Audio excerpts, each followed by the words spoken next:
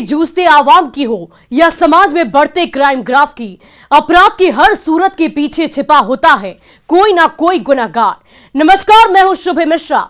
तफ्तीश की राह में आने वाली हर कड़ी सुराग बनकर पहुंचाती है गुनहगारों को सलाखों के पीछे। आप बने रहिए हमारे साथ, क्योंकि हर जुर्म के खिलाफ हमारी तफ्तीश लगातार जारी है।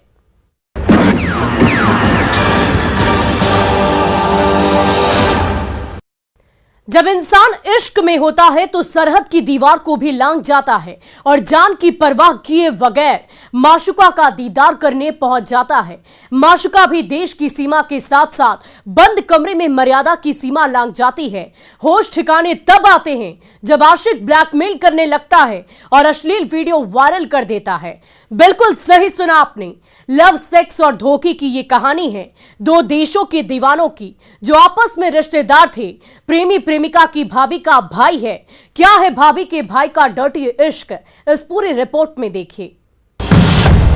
मोहब्बत में दीवाने ने लांघी देश की सीमा।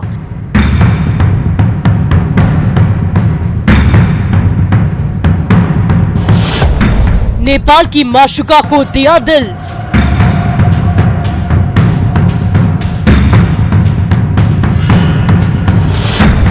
मौज मस्ती के बाद बनाया अश्लील वीडियो।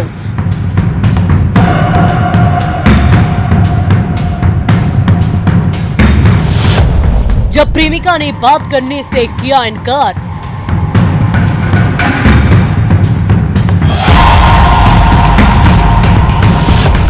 तो दिल जले आशिक ने वीडियो कर दिया वायरल।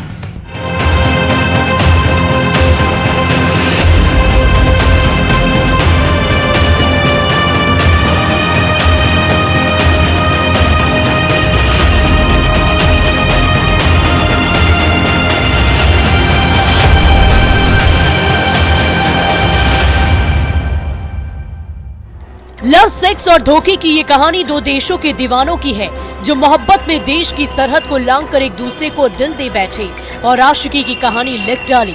लेकिन अब वही मोहब्बत कभी मौत की वजह बन रही है तो कभी गले की फांस, जिसमें प्रेमिका बुरी तरह से फंस चुकी है और प्यार में सरहद को पार करने वाला आशिक दगाबाज बन गया है, जो कभी अपनी माशुका पर जान लुटाता था। जी हाँ, ये लव स्टोरी है नेपाल की रहने वाली लड़की और भारत के रहने वाले लड़के की, जिसका खौफनाक दी एंड होने वाला है। जिसके बाद से लड़की नेपाल से लेकर भारत के पुलिस थानों की चक्कर लगा रही है, अपने धोखेबाज आशिक की कहानी सुना रही है, इंसाफ की गुहार लगा रही है और कह रही है कि इश्क में मेरा सब कुछ लुट गया है, मैं बर्बाद हो चुकी हूँ।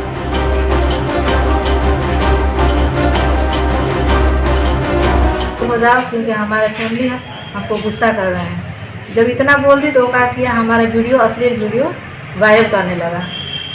तो वायरल करने के बाद उसके घर पे आई लगभग 1.5 साल पहले, बताने के लिए कि अपने लड़के को रोक दीजिए, देखिए हमारे साथ ऐसा ऐसा काम कर रहा है, वीडियो बना के डाला है। तो ये लोग बोले जब लड़का है ये नहीं है तो हम क्या करें, तुम जानो और वो जाने। फिर भी मैं 3 साल तक उसके बिहेव से मैं परेशान थी। बार बार कॉल करना, धमकी देना और हमको मजबूर करता था और ओपन बनने के लिए। जो बोलता था हमें करना पड़ता था। सुन लिया आपने, अश्लील वीडियो वायरल करने के बाद से प्रेमिका परेशान है और इंसाफ की गुहार लेकर थाने की चक्कर लगा रही है और इंसाफ की मांग कर रही है, जिसे समझने के लिए प्यार के पन्नों को पलटना पड़ेगा। पीड़ित प्रेमिका की माने तो उसका आशिक बगहा के भैरूगंज थाना क्षेत्र के त्रिभुवनी का रहने वाला है, जिसका नाम धर्मराज शर्मा है, जिसकी उम्र करीब 28 साल है। उसकी रिश्ते में लगने वाली किसी बहन की शादी 2017-18 में नेपाल के नवल पारसी से हुई थी, जो पीड़िता की रिश्ते में भाभी लगती है। बहन की शादी होने के बाद उसका आशिक धर्मराज शर्मा उसके घर आने जाने लगा और इसी दरमियान दोनों की मुलाकात हुई। आने जाने के दौरान नजदीकियां बढ़ गई, जो आगे जाकर प्यार में बदल गई। उसके बाद दोनों खुली बॉर्डर का फायदा उठाने लगे और खुलकर प्यार का इजहार करने लगे।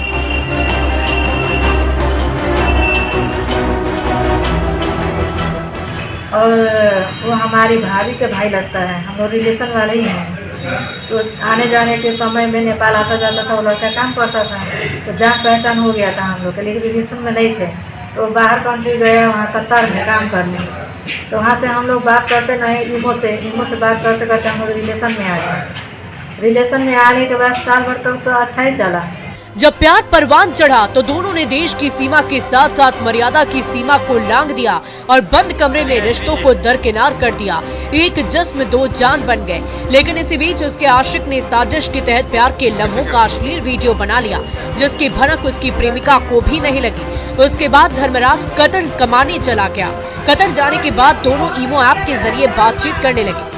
इसी बीच लड़की के परिजनों को इसकी भनक लग गई, जिसके बाद से लड़की अपने आशिक धर्मराज से बातचीत करने से कतराने लगी और उससे कहने लगी कि मैं बात नहीं करूंगी, मेरे घर वाले दोनों को स्वीकार नहीं करेंगे। और इतना सुनते ही धर्मराज दिलजला आशिक बन गया और अपनी प्रेमिका को बात करने के लिए धमकी देने लगा।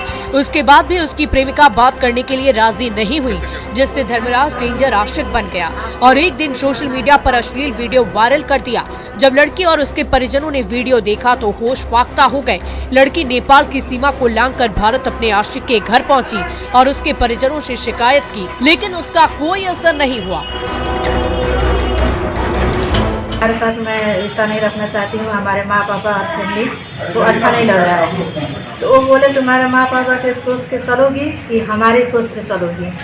मैं बोली देखो तुम हमसे दूर हो जाओ, क्योंकि हमारे फैमिली हमको गुस्सा कर रहे हैं। जब इतना बोल दी तो क्या किया, हमारा वीडियो अश्लील वीडियो वायरल करने लगा। तो वायरल करने के बाद उसके घर पे आई लगभग 1.5 साल पहले बताने के लिए कि अपने लड़के को रोक दीजिए, देखिए हमारे साथ ऐसा ऐसा काम कर रहा है, वीडियो बना के डाला है। तो वो लोग बोले जब लड़का है ये नहीं है तो हम क्या करें, तुम जानो और वो जाए। इतना सुनने के बाद लड़की नेपाल चली गई।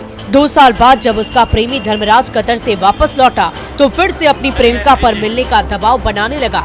उसने मना किया, फिर वो नहीं माना तो मजबूरन उसे नेपाल की सरहद को पार कर भारत आना पड़ा, जहां वाल्मीकि नगर में उसके आशिक ने जबरन उसके साथ शारीरिक संबंध बनाया, जिससे क्षुब्ध होकर लड़की सीधे नेपाल पुलिस के पास पहुंच गई और पूरी बात बताई, जहां से नेपाल पुलिस ने भारत भेज दिया। जिसके बाद पीड़िता वाल्मीकि नगर थाने और महिला थाने की चक्कर लगाने लगी।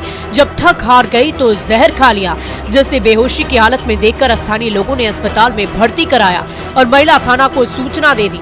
बुधवार को जब लड़की ठीक हो गई तो डॉक्टरों ने महिला थाने को सौंप दिया। बार बार कॉल करना, धमकी देना और हमको मजबूर करता था और ओपन बनने के लिए। जो बोलता था हमें करना पड़ता था। वो करते करते हमको ब्लैकमेल करने लगा। जब नहीं करती थी वो हमारे पापा को भी परेशान कर रहा था, उनको भी कॉल करके बोलता था तेरे लड़की को बोल हमसे बात करने के लिए। 3 साल वेट करने के बाद उसका हरकत से मैं एकदम परेशान हो गई थी और वो विदेश से आया तो हमसे मिलने भी गया वहाँ वाल्मीकि नगर में। हमको ज़बरदस्ती बुलाया वहाँ पर और हमारे साथ गलत भी काम किया, हमारे मर्जी के खिलाफ, क्योंकि वो हमें ब्लैकमेल कर रहा था। तो इससे हमें बर्दाश्त नहीं हुआ तो मैं यहाँ पर चली आई। तोनवा में भैरवगंज है, वहाँ का ये लड़का है और इस लड़के के बहन की शादी नवलपरासी में हुआ है और उसी बहन की ये ननद है, जो ये रिपोर्ट की है कि मुझे ये लड़का फोन करके बुलाया और वाल्मीकि नगर में एक होटल है, उस होटल में इसके साथ गलत करने की बात बताई है। पुलिस FIR दर्ज कर ली है। फिलहाल महिला थाने की पुलिस ने पीड़िता के बयान पर मामला दर्ज कर जांच का जिम्मा वाल्मीकि नगर थाने के थाना अध्यक्ष इंस्पेक्टर शशि शेखर चौहान को सौंप दी है। ऐसे में अब देखने वाली बात ये होगी कि पुलिस आगे क्या कुछ कार्रवाई करती है। लेकिन जिस तरह से भाभी के भाई ने डर्टी इश्क की पटकथा लिखी है वो रिश्तों को शर्मसार करने वाली है, जिसकी डर्टी साजिश से लड़की की जिंदगी तबाह हो गई और वो इंसाफ की गुहार लगा रही है। इसलिए सावधान रहे, सतर्क रहे और प्यार में साजिश की दस्तक को समझने की कोशिश करें, अपनी मर्यादा में रहे, नहीं तो साजिश के पन्नों पर अगला नाम आपका भी हो सकता है। न्यूज़ 18 के लिए बगहा से मुन्ना राज के साथ ब्यूरो रिपोर्ट। पेशे से फर्नीचर कारोबारी दिलीप शर्मा अपनी दुकान पर बैठा था। शाम के करीब 5:30 बज रहे थे और उसी दौरान बाइक सवार 2 लड़के ग्राहक बनकर आए और ऑर्डर देने के बहाने अपने साथ लेकर चले गए। लेकिन दिलीप शर्मा वापस लौटकर नहीं आया। 5 घंटे बाद खून से लथपथ सड़क किनारे उसकी लाश मिली, जिसके बाद से परिजन कह रहे हैं कि दिलीप शर्मा की हत्या एक सोची समझी साजिश है। लेकिन सवाल यह है कि कातिल कौन है? क्या पुलिस कातिल तक पहुंच पाएगी? बेगूसराय में फिर हत्या की वारदात।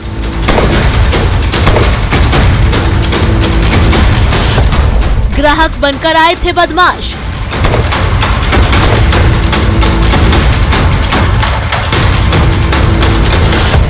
और रास्ते में ले जाकर कर दिया मर्डर।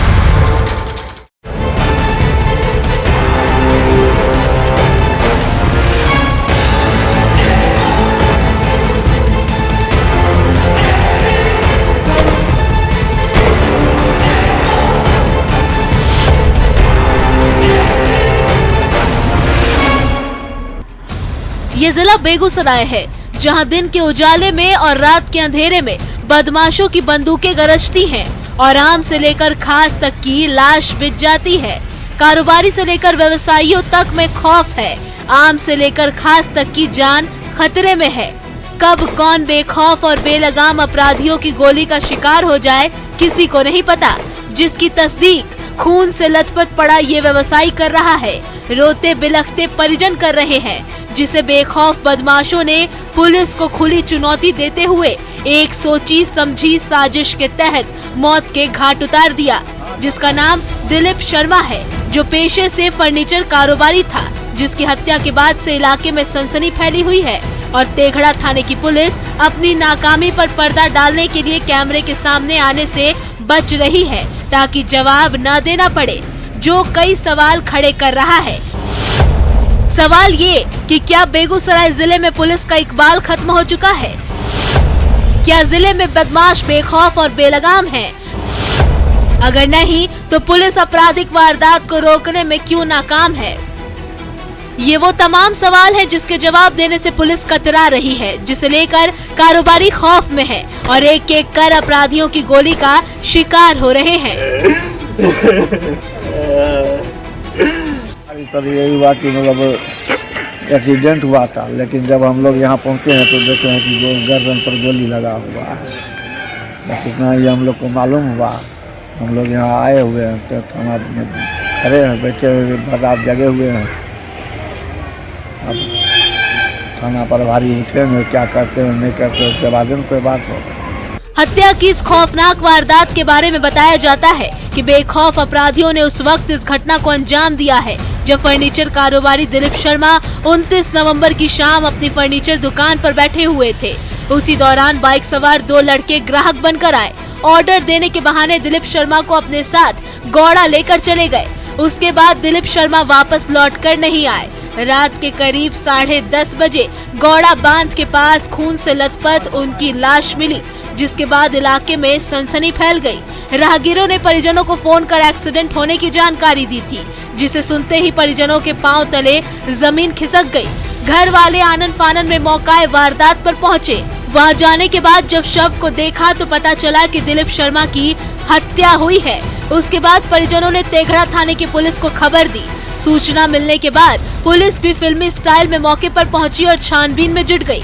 इस दौरान पता चला कि मृतक की बाइक, मोबाइल और पैसे गायब हैं, जिसे लेकर आशंका जताई जा रही है कि लूट के दौरान अपराधियों ने दिलीप शर्मा की हत्या कर दी। हत्या पीट कर या गोली मारकर की गई है, ये अभी तक साफ नहीं हो पाया है और न ही तेघड़ा थाने की पुलिस को अब तक कोई सुराग हाथ लगा है। मेरा दुकान पट्टन चौक पे है, फर्नीचर की दुकान। और कोई कस्टमर दो आया, कहा कि मेरे साथ चलिए मेरे घर पर मेजरमेंट करने के लिए। इसी दौरान मैं गया 5:30 बजे मेरे दुकान पर से और 6 बजे के बीच मार दिया गौरा चौर में। हत्या हुई लगता है सर गोली मारा हुआ है पीछे से गर्दन पे। अच्छा, कस्टमर था जो बताया था मेरा गौरा घर है, आप मेरे साथ चलिए। अब सवाल ये है कि दुकान पर ऑर्डर देने आए दोनों लड़के कौन थे? क्या ऑर्डर देने आए लड़कों ने ही हत्या की साजिश रची है? क्या दिलीप शर्मा की पहले से कोई दुश्मनी थी? अगर नहीं तो दिलीप शर्मा की हत्या के पीछे का सच क्या है? तेघड़ा थाने की पुलिस क्यों चुप्पी साधे बैठी है?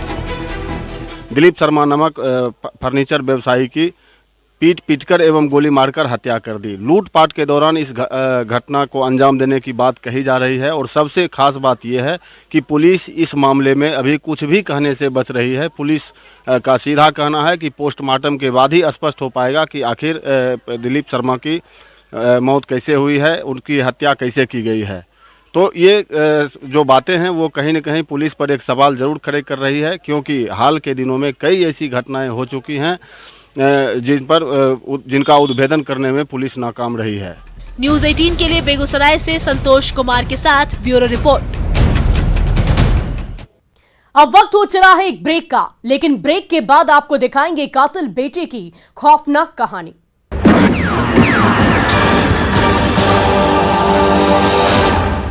7+ crore viewers, India's ना मुश्किल नहीं है।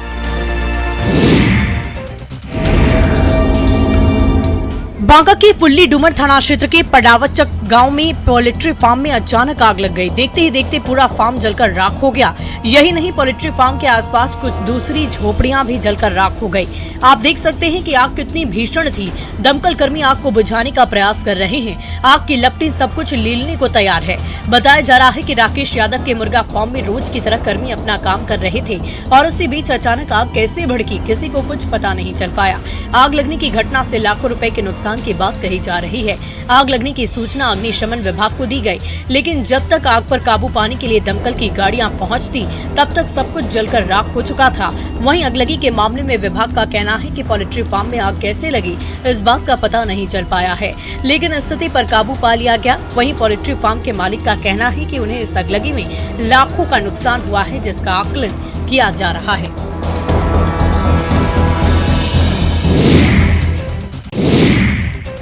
देवघर से ऑर्केस्ट्रा का वीडियो सामने आया है, जहां सरेआम डांसर के ठुमकों पर युवक हथियार लहराते फायरिंग करते नजर आए।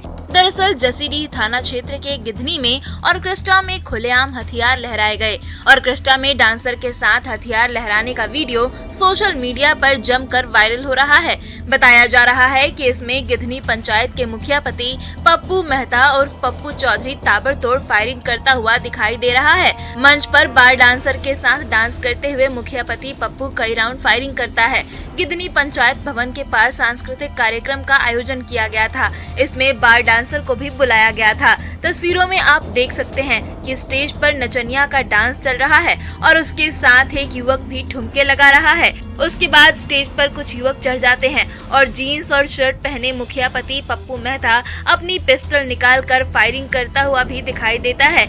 इसका वीडियो सोशल मीडिया पर तेजी से वायरल हो रहा है। हजारीबाग के महुदी के पास सड़क हादसे में एक महिला की दर्दनाक मौत हो गई। चौपारण जीटी रोड की ये घटना है। सड़क पार करने के दौरान तेज रफ्तार ट्रेलर ने उसे अपनी चपेट में ले लिया था, जिससे मौके पर ही उसकी मौत हो गई। शौक के साथ लोगों ने महुदी के पास जीटी रोड को जाम कर दिया, जिससे सड़क पर कई किलोमीटर लंबी गाड़ियों की कतार लग गई, जिससे दोनों ओर कई किलोमीटर वाहनों की लंबी कतार लगी रही, जिससे राहगीरों को काफी परेशानी का सामना करना पड़ा। वहीं इस घटना को लेकर स्थानीय पुलिस प्रशासन घटना स्थल पर पहुंचकर मामले को शांत करवाने में लगी रही।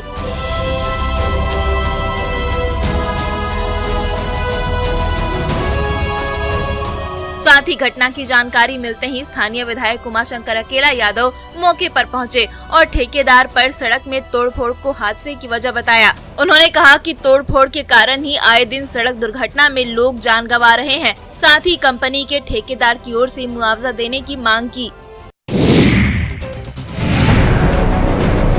लातेहार में नक्सलियों ने फिर उत्पात मचाया है। ब्रिज निर्माण कार्य में बाधा पहुंचाने की कोशिश की है। दरअसल लेवी नहीं देने पर नक्सलियों ने तीसरी ट्रैक के रेलवे ब्रिज निर्माण कार्य में जमकर तांडव मचाया। भाकपा माओवादी के उग्रवादियों ने रेलवे ब्रिज साइड के पास मशीनों को आग के हवाले कर दिया। लातेहार चंदवा बरकाकाना बरवाडी रेलखंड पर टोरी जंक्शन के महज 10 किलोमीटर दूर डगड़गिया पुल के पास काम चल रहा है। TTPIL कंपनी को इस नक्सली हमले में करीब 50 करोड़ की संपत्ति का नुकसान हुआ। यहाँ उग्रवादियों ने निर्माण कार्य स्थल पर 3 Poclain machine, 1 JCB, 2 piles machine और बाइक को आग के हवाले कर दिया था। साथ ही पर्चा छोड़कर लेवी नहीं देने पर अंजाम भुगतने की चेतावनी भी दी थी। घटना के बाद पुलिस को जानकारी दी गई, लेकिन पुलिस काफी देरी से घटना स्थल पर पहुंची। इस नक्सली घटना के बाद पूरे इलाके में दहशत का माहौल है। लोग डरे सहमे घरों में दुबके हुए हैं।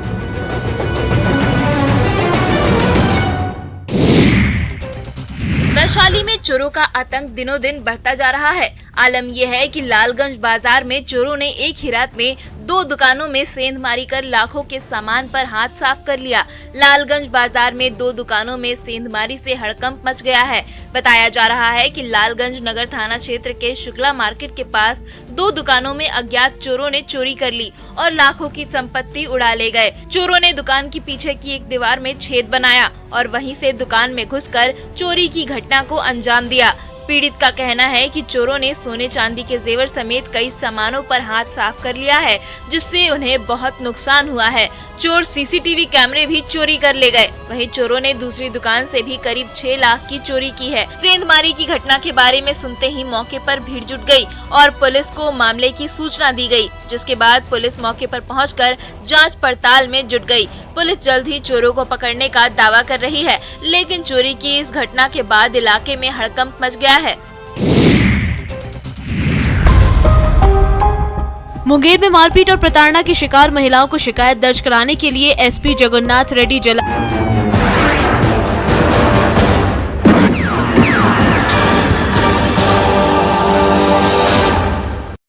ब्रेक के बाद एक बार फिर आपका स्वागत है।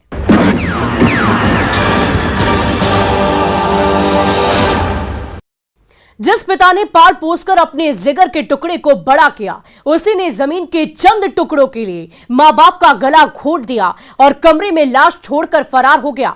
जब सुबह हुई तो पूरे इलाके में सनसनी फैल गई और पुलिस कातिल बेटे की तलाश में जुट गए। क्या है कातिल बेटे की खौफनाक कहानी, इस पूरी रिपोर्ट में देखिए। एक कमरा, 2 लाश और कातिल की तलाश।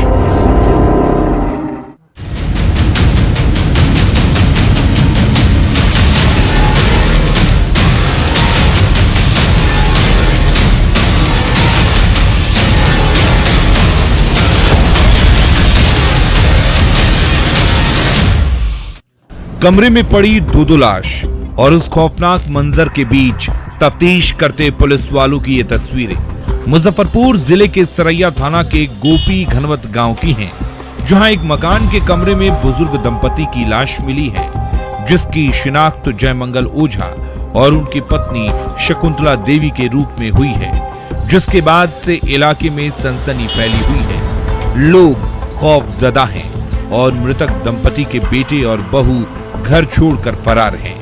ऐसे में लोगों के साथ साथ पुलिस के जहन में भी कई सवाल कौंध रहे हैं। सवाल ये कि घर में मौत कैसे दाखिल हुई? क्या बुजुर्ग दंपति के बेटे ने ही हत्या की साजिश रची है? अगर नहीं तो बेटे और बहू घर छोड़कर क्यों फरार हैं? हत्या के पीछे का सच क्या है? लेकिन जवाब किसी के पास नहीं है। पुलिस एक एक साक्ष्य को इकट्ठा कर रही है ताकि कातिल तक पहुंच सके, लेकिन मृतक दंपति के रिश्तेदार आशंका जता रहे हैं कि कत्ल की साजिश मृतक के बेटे और बहू ने मिलकर रची है। पुलिस भी ये पुष्टि जरूर कर रही है कि गांव वाले जिस बेटे पर हत्या का आरोप लगा रहे हैं वो फरार है। दिन पहले से भी दोनों बाबते में विवाद चल रहा था। हाँ, वहाँ रहने नहीं देता था, जमीन उमीन बेच के देने के लिए बोलता था, कर्जा है हम कर्जा सधाएंगे बेटा। और उसी के क्रम में कल है पर पंचायती हुआ और 5 लोग इनको उस घर में बैठा दिया। लगभग वही 2 बजे रात में मैंने इनका हत्या हो गया है दोनों आदमी का। कौन कर दिया हत्या? हम लोग को पूरा शंका है कि बेटा किया है, तो किया है उनका, उसका जो ससुर है। सुन लिया आपने, बाप बेटे में जमीन को लेकर विवाद चल रहा था। बेटा जमीन बेचकर अपना कर्ज चुकाना चाहता था, लेकिन मृतक जयमंगल ओझा जमीन बेचने के लिए तैयार नहीं थे, जिसे लेकर गांव में पंचायत हुई और पंचों ने घर का मालिकाना हक जयमंगल ओझा को दे दिया और घर में ले जाकर बिठा दिया, जिसके बाद बेटा शैतान बन गया और रात होने के इंतजार करने लगा। जैसे ही पूरा गांव स्याह रात के सन्नाटे में समाया, बेटा कातिल बन गया और अपने पिता जयमंगल ओझा और मां शकुंतला देवी को मौत के घाट उतार दिया। चेहरे पर पाउडर डाल दिया ताकि लोगों और पुलिस को ये लगे कि दोनों ने जहर खाकर आत्महत्या किया है। उसके बाद पत्नी के साथ घर छोड़कर फरार हो गया। जब सुबह हुई और लोगों ने लाश देखा तो रिश्तेदारों को फोन करके सूचना दी, जिसके बाद परिजन मौके पर पहुंचे और सरैया थाने की पुलिस को जानकारी दी, जिसके बाद पुलिस मौके पर पहुंचकर तफ्तीश में जुट गई है और शव को पोस्टमार्टम के बाद परिजनों को सौंप दिया है। में सूचना ग्रामीण वाला अगल बगल वाला सूचना किया है जो ऐसा बात है। फिलहाल पुलिस मामला दर्ज कर हत्या के पीछे की एक एक कड़ी को जोड़कर जांच कर रही है और कातिल बेटे तक पहुंचने की जद्दोजहद कर रही है ताकि हत्या के पीछे का सच जान सके और असली कातिल तक पहुंच सके। लेकिन रिश्तेदार मृतक दंपति के बेटे को ही कातिल बता रहे हैं और कह रहे हैं कि जमीन के लिए उसी ने माँ बाप का कत्ल किया है।